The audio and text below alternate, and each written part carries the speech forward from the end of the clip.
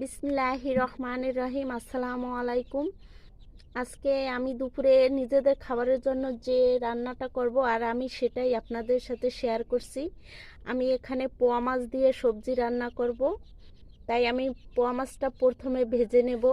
এখানে আমি প্রথমে হাফ চামচ হলুদের গুঁড়ো আর হাফ চামচ লবণ দিয়ে মাছটাকে ভালো করে মেখে তারপর এটাকে ভেজে নেব।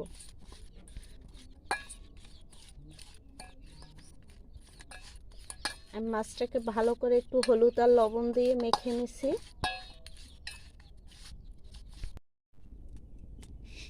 এখন আমি মাছটাকে ভেজে নিতেছি।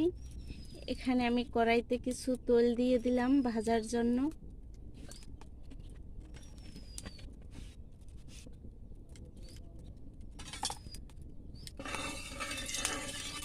তেলটা গরম হয়ে গেছে।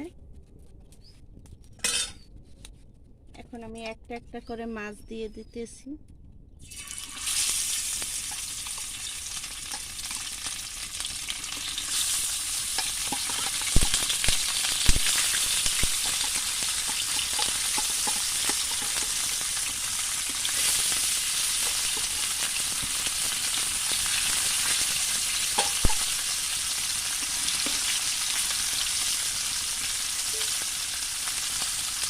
মাছটা সমুদ্রের পোয়া মাছ। এই মাছটা খেতে খুবই টেস্টি, আমার কাছে এটা খুব ভালো লাগে। আর এই মাছটা একটু কড়া কড়াই ভেজে নিতে হয়। এবার মাছটাকে উল্টে দিতেছি। এক সাইড ভাজা হয়েছে, আমি উল্টে দেব, আর এক সাইডটাও ভালো করে ভেজে নিব।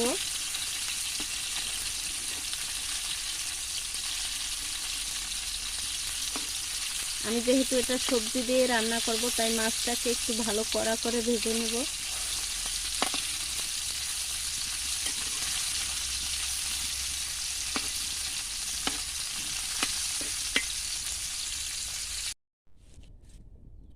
মাছটা রান্না করার জন্য আমি চুলাতে কড়াই বসিয়ে দিলাম, আর এতে পরিমাণ মতো রান্নার সয়াবিন তেল দিয়ে দিলাম।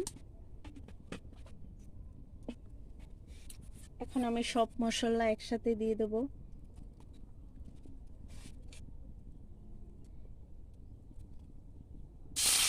এক চামচ পেঁয়াজ বাটা,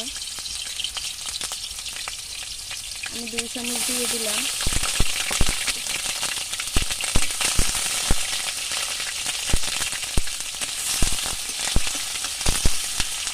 পেঁয়াজ বাটাটা 1 মিনিটের মতন একটু ভেজে নিলাম।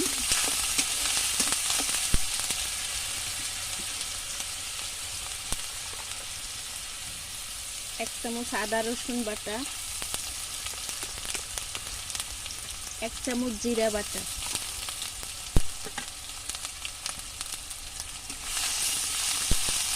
আমি বরাবরই সব মশলা বেটে তরকারি রান্না করি, এটা আমার কাছে খুব ভালো লাগে।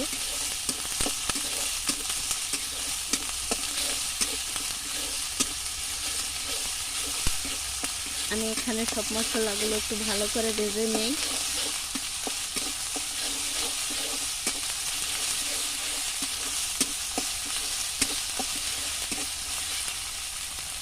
এবার সামান্য একটু পানি দিয়ে দিলাম।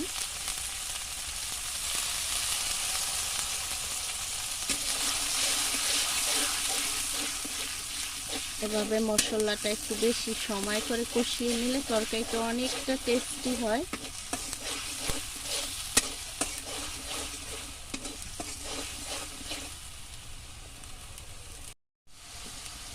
স্বাদ অনুযায়ী লবণ দিয়ে দিলাম।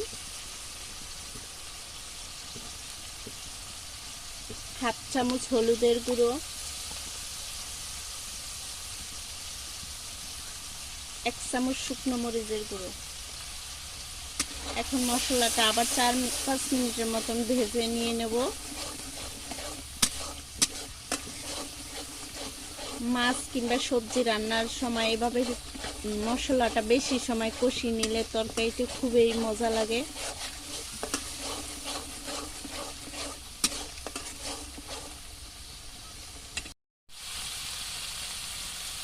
এখানে কয়েকটা কাঁচামরিচ দিয়ে দিলাম। আমি মশলাটা একটু বেশি সময় কষিয়ে নিয়েছি। এখন আমি এর মধ্যে সবজি দিয়ে দেবো। এখানে আমি আলু নিয়েছি আর কয়েকটা সিম নিয়েছি। এই সিমটা আমাদের নিজেদের গাছে, এই সিমটা খেতে খুবই ভালো লাগে।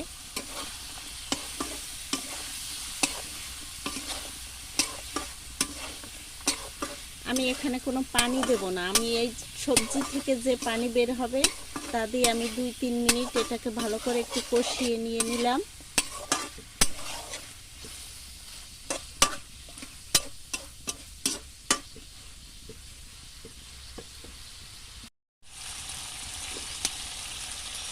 এবার আমি এর মধ্যে 2টা টমেটো কুচিয়ে দিলাম। টমেটোটা দিয়ে আমি আর একটু ভালো করে একটু কষিয়ে নেই। সবজিটা একটু বেশি সময় কষিয়ে নিলে অনেক ভালোই লাগে, যেহেতু মাছ দিয়ে রান্না করব তাই একটু বেশি সময় কষিয়ে নিতেছি।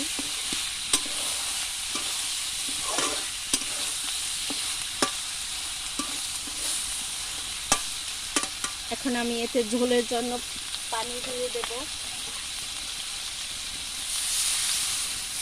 এখানে ঝোলের জন্য পানি দিয়ে দিলাম।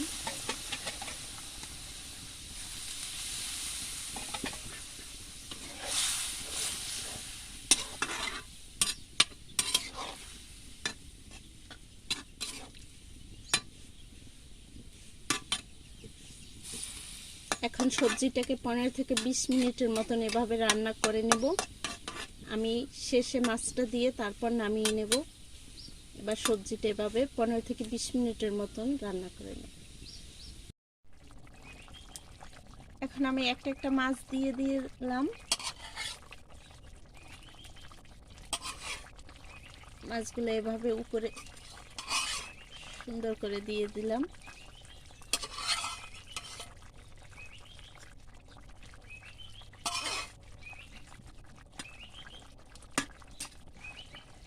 আর আমি এটা 5 মিনিট পরে নামিয়ে নেব।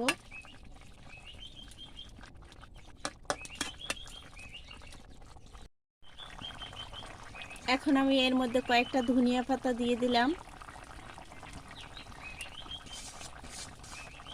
ধনিয়া পাতা দেওয়াতে এটা খুব টেস্টি হবে। আর যেহেতু সমুদ্রের মাছ একটু ধনিয়া পাতা দিয়ে রান্না করলে খুব ভালো লাগে।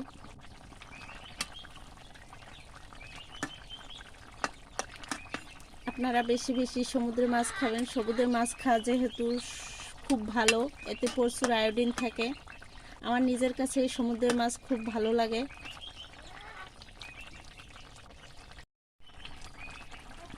মাছটা আমার রান্না হয়ে গেছে, এখন আমি এটা নামিয়ে নেব।